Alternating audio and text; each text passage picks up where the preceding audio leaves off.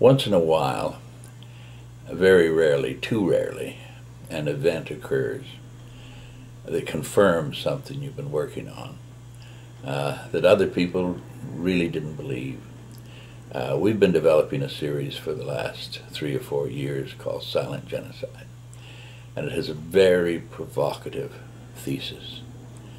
It says that it was the Anglo-Saxon settlement of North America that led to the genocide of its aboriginal people. It makes a distinction between the way the French and the Spaniards treated Western Hemisphere natives. It says that the Spaniards went in for plunder and theft. The French went in for trade, fur trade, and what plunder they could work into that. But neither of them saw the area as an area of settlement. The British, because they had a navy that could reliably bring supplies in and out, established settlers there. And the settlers wanted land, and they cut down the trees on which the Indians depended on the East Coast, utterly depended for their livelihood and their whole culture.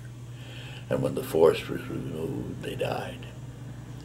And then when we hit the plains, we did the same thing with the buffalo, on which they totally relied, and so on.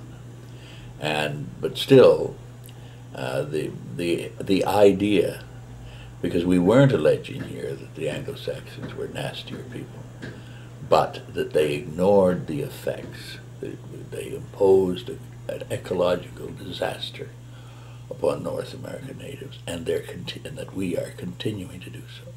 That in the north, the Inuit are suffering exactly the same way Indians did in Massachusetts in the 18th century, and for the same reasons, and that is also going on in Australia.